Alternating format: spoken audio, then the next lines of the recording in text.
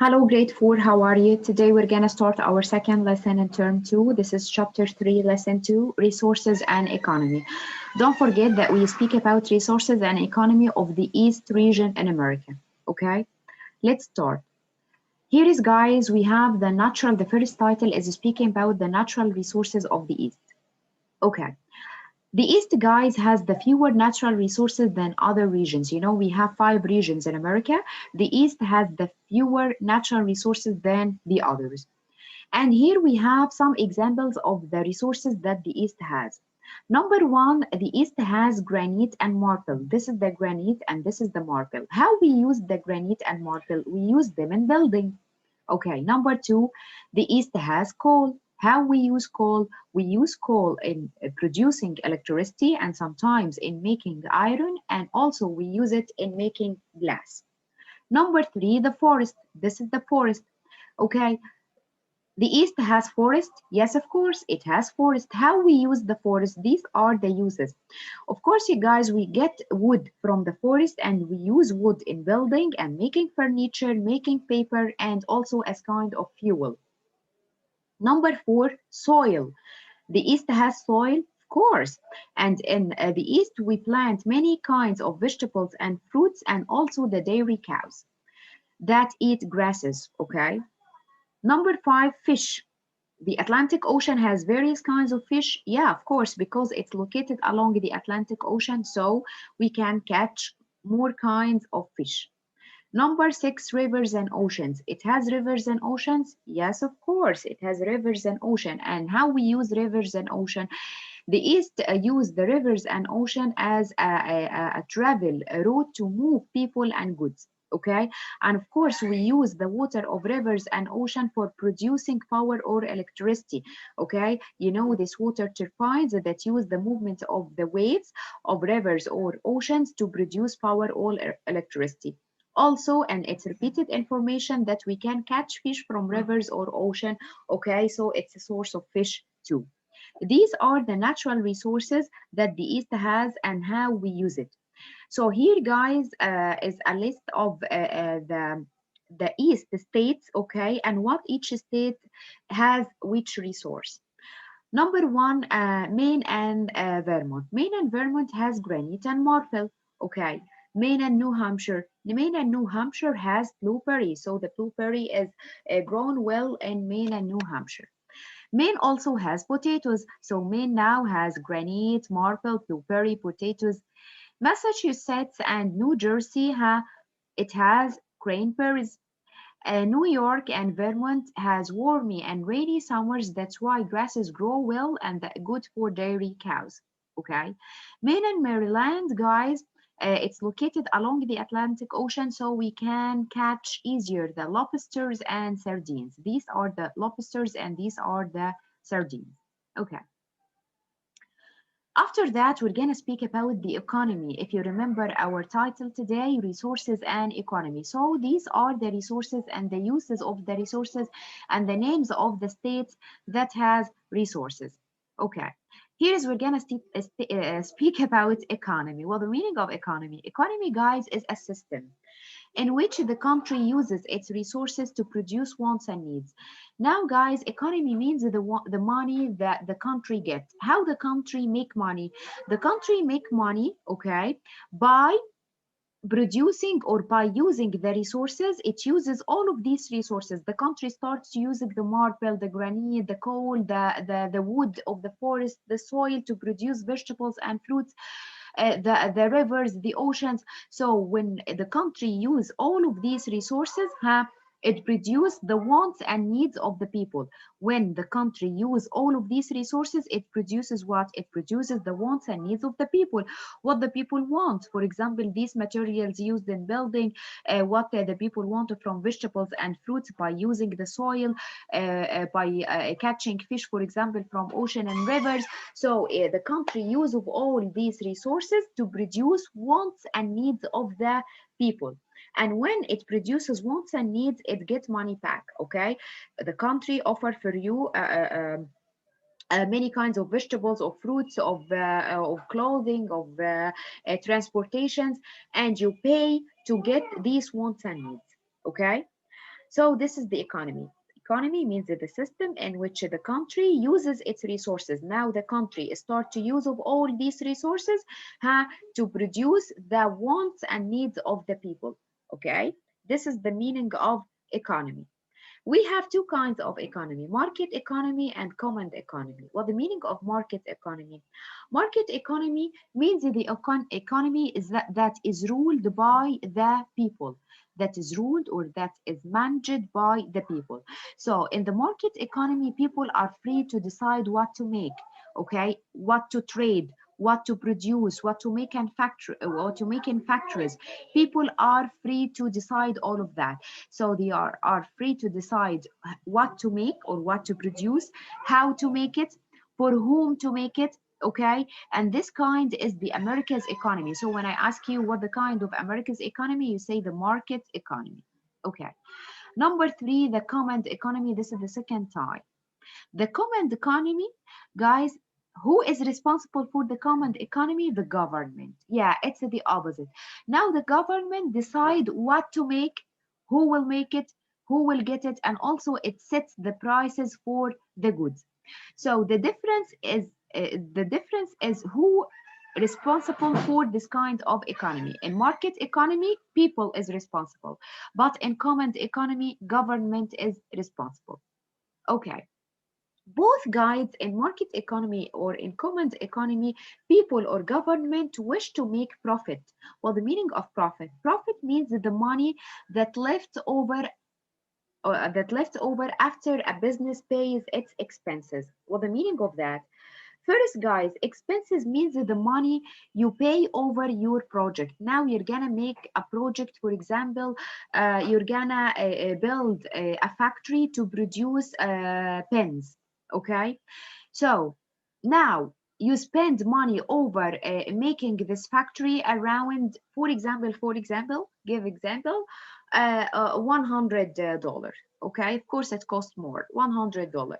So the cost of your project is $100. To make a profit, you must earn more than $100. For example, if you earn, for example, 150, so now your profit is 50 more. For example, if you earn 200, so your profit is 100 more.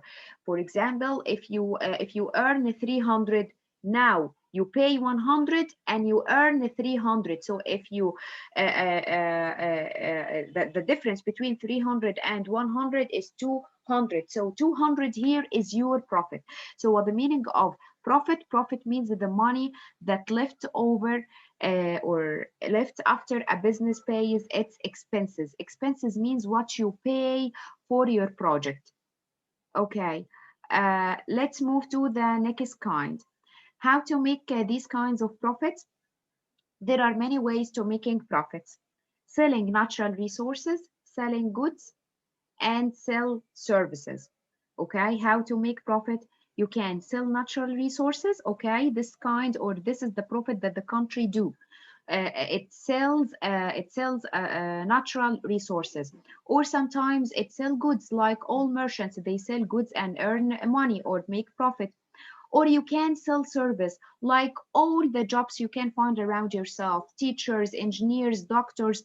They are providing service for people and earn money or make profit by selling this service. For example, I am a teacher now. I provide a service for my students and I earn money or make profit out of the service. The doctor, for example, checking you have for money. Okay, so he make profit by selling this service. So what the meaning of service? Service means the work or the job that one person does for another. Now I do a job for you. So my job as teaching or now teaching is a service. So all of these jobs, like lawyers, like plumbers, like engineers, doctors, teachers, all of these kinds are considered as kinds of selling service. After that, or the sixth point, business use trade to get the resources they need.